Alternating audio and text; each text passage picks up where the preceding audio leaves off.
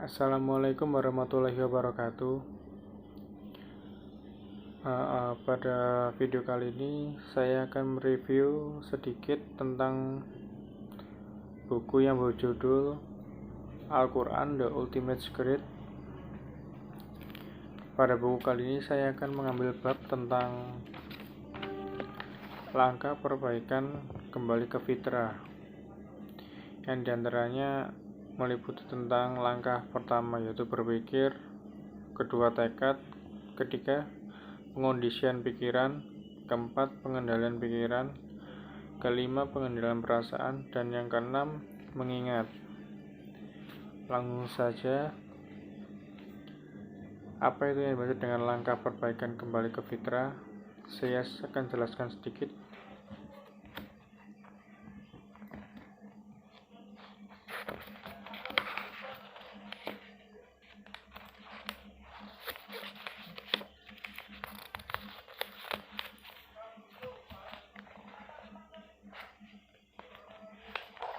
Untuk memerangi kebodohan, mengembalikan hati terbalik, dan mengubah berbagai perangkat yang buruk, maka hal pertama yang Anda perlukan adalah beberapa ilmu yang bisa merefil tinta-tinta akal Anda dengan pengetahuan. Namun, jangan berharap Al-Quran bisa langsung menyembuhkan pikiran Anda, mengubah kehidupan Anda. Al-Quran memang obat dan penawar yang manjur, tapi penggunaannya mestilah tepat dan guna. Karena pangkal kerusakan itu berada di pikiran Anda. Anda harus mendeteksi atau tepatnya menyadari berbagai gangguan pikiran yang sering Anda alami seperti cemas, takut, dendam, dusta, dengki, arogan, porno, canda, overdosis, dan gejala perasaan lainnya. Apabila Anda tidak melakukan pendeteksian, maka terapi Al-Quran akan sama seperti orang yang minum racun dan obat secara bersamaan. Obat itu tidak menawarkan racun, tapi membuat Anda makin keracunan. Ali bin Abi Thalib sering mengatakan bahwa pangkal kesalahan kaum Khawarij terletak pada kebodohan mereka. Mereka rajin menggunakan sholat wajib dan sunnah. Mereka tidak pernah meninggalkan pengajian dan tekun membaca Al-Quran. Namun mereka tidak mau menyembuhkan kebodohan pikiran mereka. Itulah sebabnya formula kebahagiaan manusia menyatakan Al-Quran itu tidaklah menambah kepada orang-orang yang zalim selain kerugian. Al-Quran tidak menggunakan istilah yang umumnya bagi non-muslim saja, yaitu orang-orang kafir. Ia menggunakan istilah zalim yang mencakup kaum muslim. Kata zalim berasal dari zalama, yang berarti gelap atau kegelapan.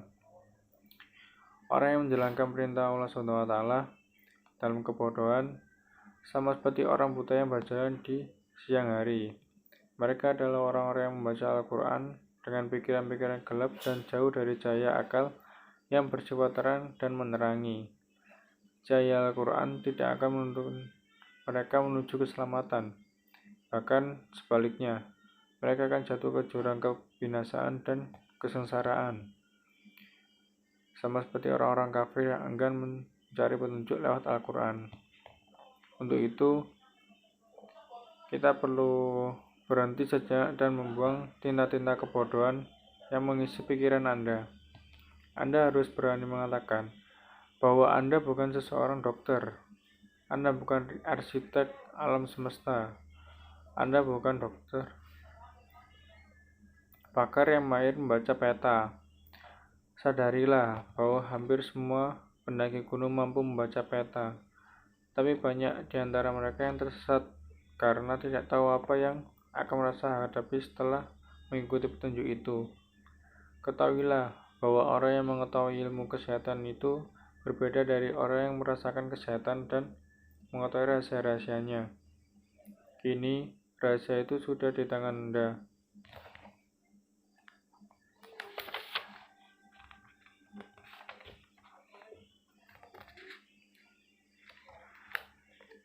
Untuk yang pertama yaitu langkah pertama, berpikir. Orang-orang yang mengingat Allah sambil berdiri atau duduk atau dalam keadaan berbaring, dan mereka memikirkan tentang penciptaan langit dan bumi, seraya berkata, "Ya Tuhan, kami tidaklah Engkau menciptakan ini dengan sia-sia. Maha suci Engkau, maka peliharalah kami dari siksa neraka." Ketika Al-Quran memerintahkan Anda untuk merenung atau berpikir, harap Anda bedakan dengan melamun atau berfantasi. Berpikir adalah aktivitas pikiran Anda yang mengikuti sederet sebab musabab untuk mengetahui sesuatu yang Anda tidak ketahui sebelumnya. Sedangkan berfantasi adalah membuat berbagai gambaran di pikiran Anda tentang sesuatu. Fantasi atau angan-angan tidak mengikuti hukum sebab musabab.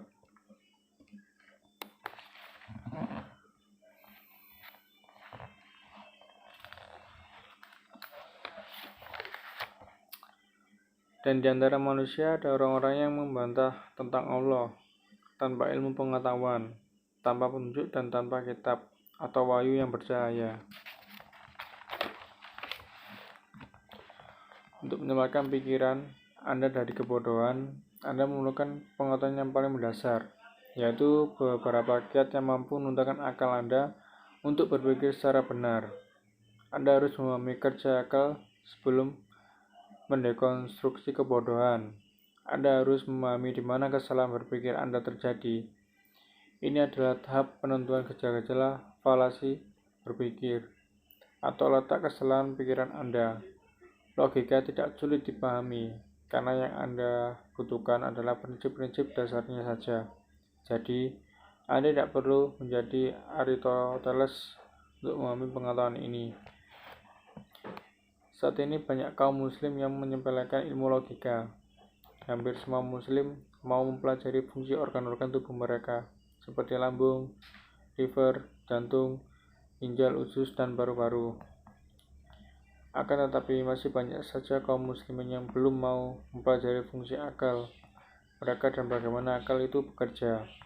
Sebenarnya ada banyak cara untuk belajar ilmu logika dalam kehidupan. Contoh berikut mungkin bermanfaat. Anggap saja ini adalah kunjungan Anda yang pertama kali di planet bumi. Anda adalah seorang alien antariksa yang baru datang dari planet Gnosis. Berhubung pesawat antariksa Anda tertutup rapat tanpa ada celah atau jendela untuk mengintip keluar, maka Anda benar-benar tidak tahu seperti apa rupa planet bumi saat mendarat nanti. Namun sebelum berangkat menuju bumi, Anda sudah diberikan atlas planet bumi dan juga jumlah informasi tekstual, bukan visual, tentang apa yang ada di sana, seperti sungai, danau, pohon, dan lain sebagainya.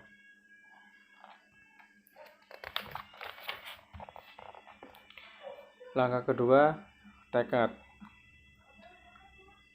Dan tidak kami dapati padanya kemauan yang kuat.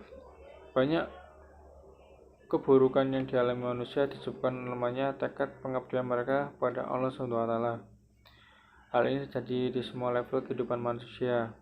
Ketika Anda berpikir ingin sukses, Anda berharap hal itu bisa terjadi secara instan. Harapan instan seperti ini sebenarnya muncul dari khayalan dan bukan pikiran. Apabila Anda menggunakan pikiran, Anda sepatutnya sadar bahwa segala sesuatu ada sebab musababnya. Sukses ada sebab musababnya, kekayaan ada sebab musababnya, kebahagiaan pun ada sebab musababnya. Semua nabi mampu meraih keberhasilan dan kebahagiaan disebabkan mereka punya tekad yang lebih kuat dari daya tarik lubang hitam atau black hole. Tekad mereka hanya satu, yaitu Allah SWT. Kelemahan tekad manusia biasanya muncul dari kurangnya keyakinan mereka kepada Allah SWT. Tekad adalah suatu akibat yang muncul dari kuatnya keyakinan Anda, sementara kuatnya keyakinan itu muncul dari kekuatan penyerahan diri Anda kepada Allah SWT. Apabila pikiran Anda kepada Allah SWT melemah, maka keyakinan pikiran Anda pun ikut melemah. Konsekuensinya, tekad Anda akan melemah. Barang siapa berpaling dari peringatanku, maka sungguh baginya kehidupan yang sempit.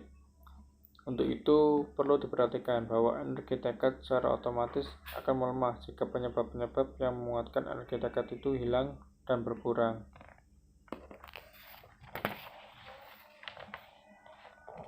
Langkah ketiga, pengondisian pikiran.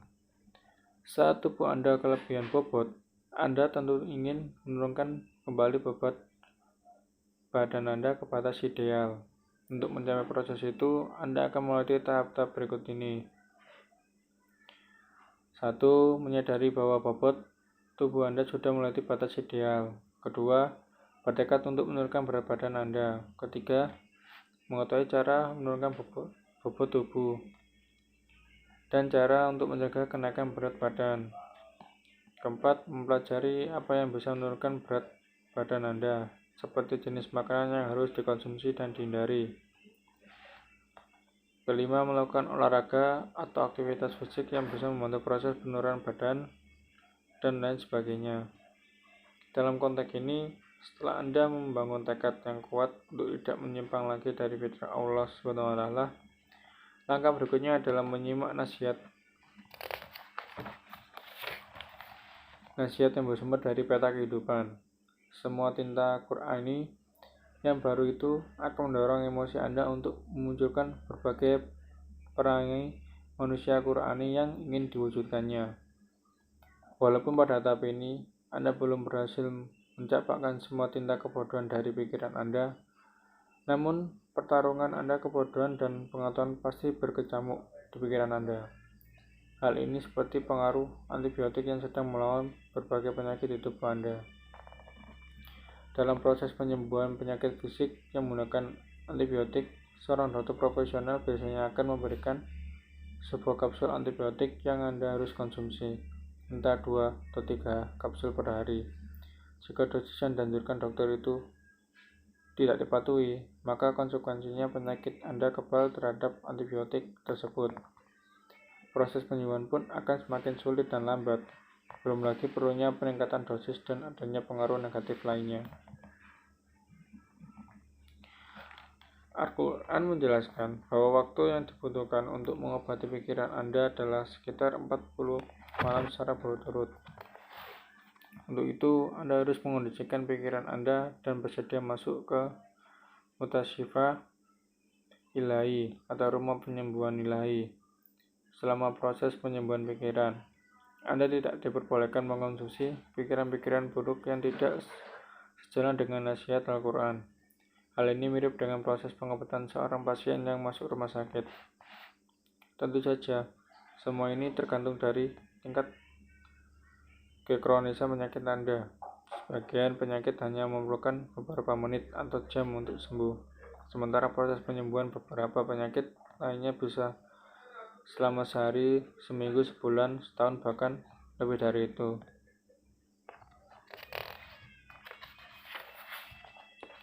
Langkah keempat, pengendalian pikiran. Setelah memutuskan untuk masuk rumah penyembuhan ilahi, Anda kini harus sadar bahwa sebagian dari tinta-tinta kebodohan telah melukis di antara kanvas hati Anda yang terbalik sejak lama. Mereka juga dipotong oleh perangai-perangai buruk. Sementara tinta-tinta Qur'ani yang Anda revilkan ke dalam benak Anda masih belum ditombang oleh pewarai baik. Sesungguhnya perbuatan-perbuatan yang baik itu menghapuskan perbuatan-perbuatan yang buruk. Itulah peringatan bagi orang-orang yang ingat.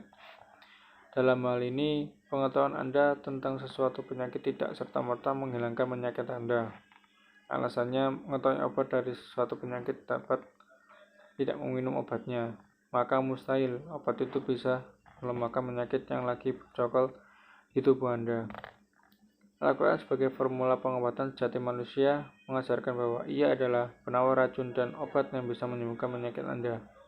Tapi obat tidak bisa menyembuhkan bila tidak dikonsumsi.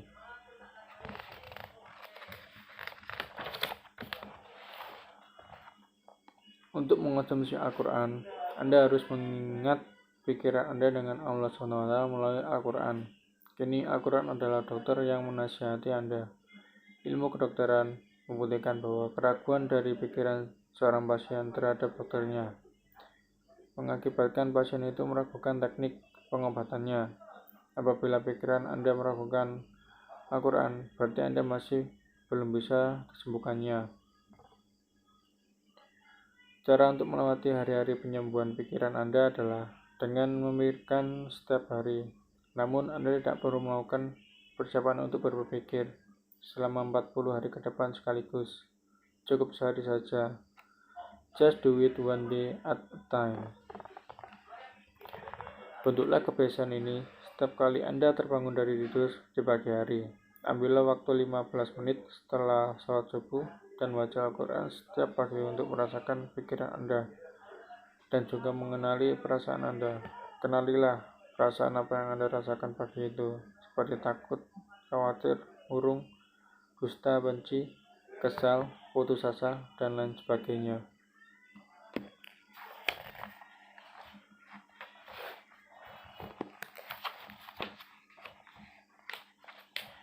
Langkah kelima, pengendalian perasaan.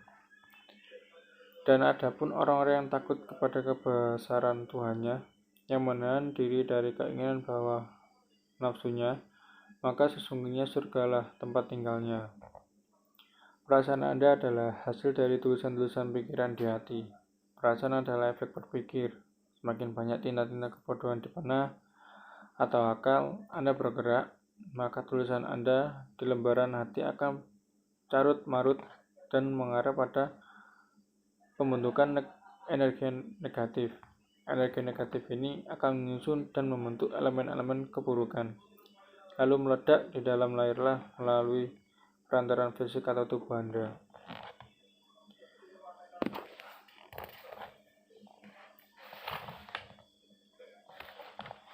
Gerak energi negatif selalu menghancurkan. Ia mirip sebuah bom atau ranjau jiwa. Orang yang memikirkan hal buruk sama seperti orang yang sedang menyusun sebuah bom dan menggabungkan elemen-elemennya. Lalu bom itu akan terpicu pada tekanan tertentu dan meledak di jiwa atau perasaan Anda. Saat itu terjadi, alam fisik akan merasakan shock wave atau mata rantai ledakan yang ditimbulkan oleh bom jiwa atau perasaan buruk. Jenis bom jiwa ini bermacam-macam dan daya rusak yang ditimbulkannya juga berbeda-beda. Daya ledak ini bisa diumpamakan seperti ledakan yang hanya seukuran petasan cabai rawit, hingga bom hidrogen yang daya hancurnya katastrofik.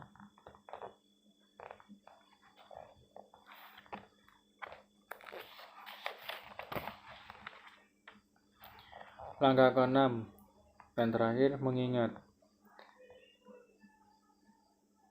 Orang-orang yang beriman dan hati mereka menjadi tentram dengan mengingat Allah. Ingatlah, hanya dengan mengingat Allah, hati menjadi tentram. Orang-orang yang beriman dan beramal saleh, bagi mereka kebahagiaan dan tempat kembali yang baik. Apabila ada seseorang yang selalu menjaga kesehatan fisik, tentu akan menimbang setiap aktivitas, pergaulan, jenis makanan dan minuman yang dikonsumsi setiap hari. Anda juga menjaga betul waktu-waktu Anda beristirahat, jadwal olahraga, dan seterusnya. Intinya, setiap orang yang menjaga tubuh akan senantiasa melakukan hal seperti ini. Semua proses penjagaan fisik tentu melalui 3 tahap pikiran, perasaan, dan perbuatan. Setiap kali pikiran Anda disibukkan oleh keadaan yang bisa mengakibatkan kelalaian penjagaan fisik, maka Anda akan menyadarkan pikiran Anda dari kealpaan itu dengan mengingat tujuan awal, yaitu menjaga fisik. Akan tetapi, orang yang semata-mata menjaga kondisi fisik belum tentu mampu menjaga kondisi mental. Karena itu, jangan heran bila Anda melihat orang bertubuh bekar, ngamuk, kayaknya banteng lepas kendali saat marah. Hai orang-orang beriman, jika kamu bertakwa kepada Allah, kami akan memberikan kepadamu furqan, dan kami akan jauhkan dirimu dari kesalahan-kesalahanmu dan mengampuni dosa-dosamu, dan Allah mempunyai karunia yang besar. Orang-orang bertakwa juga melakukan hal yang nyaris serupa. Mereka bahkan lebih canggih karena pada saat mereka menjaga pikiran dan perasaan, maka keharmonisan pikiran dan perasaan itu akan menjaga fisik mereka. Sesungguhnya Al-Quran itu benar-benar sesuatu pelajaran bagi orang-orang yang bertakwa. Dalam konteks Islam, kata takwa dalam bahasa Arab berarti menjaga atau memelihara. Kata takwa mengakar dan kata wakian atau wikayah yang berarti memelihara diri dari hal menyakitkan. Akar ketakwaan adalah Al-Quran, batangnya adalah ilmu pengetahuan, rantingnya adalah prasangka baik atau husnuz, dan daun-daunnya adalah amal saleh, sementara buahnya adalah kebahagiaan. Takwa pasti tumbuh dari kebaikan. Takwa adalah aktivitas yang bergradasi. Ia berpusat di pikiran, mengalir ke perasaan, dan muncul di alam fisik dalam bentuk perbuatan. Efek takwa pasti baik di kehidupan, dan wafat itu tidak hanya dirasakan oleh dirinya tapi juga orang lain.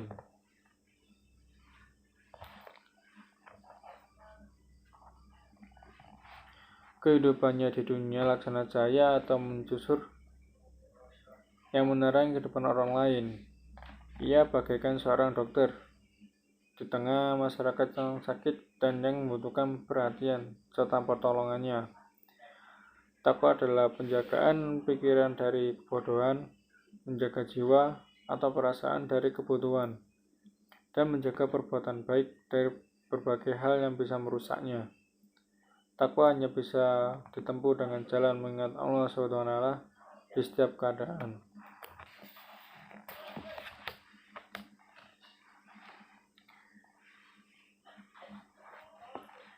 Barang siapa bertakwa kepada Allah, niscaya Dia akan mengadakan baginya jalan keluar dan memberinya rezeki dari arah yang tiada disangka-sangkanya. Dan barang siapa yang bertawakal pada Allah, niscaya Allah akan mencukupkan keperluannya. Yang Maha Baik telah memberikan jaminan pribadinya kepada Anda melalui formula kebahagiaan sejati. Jika janji Allah SWT belum cukup buat Anda, takkan Anda lagi mampu mencukupi Anda. Jadi sadarlah sebelum terlambat.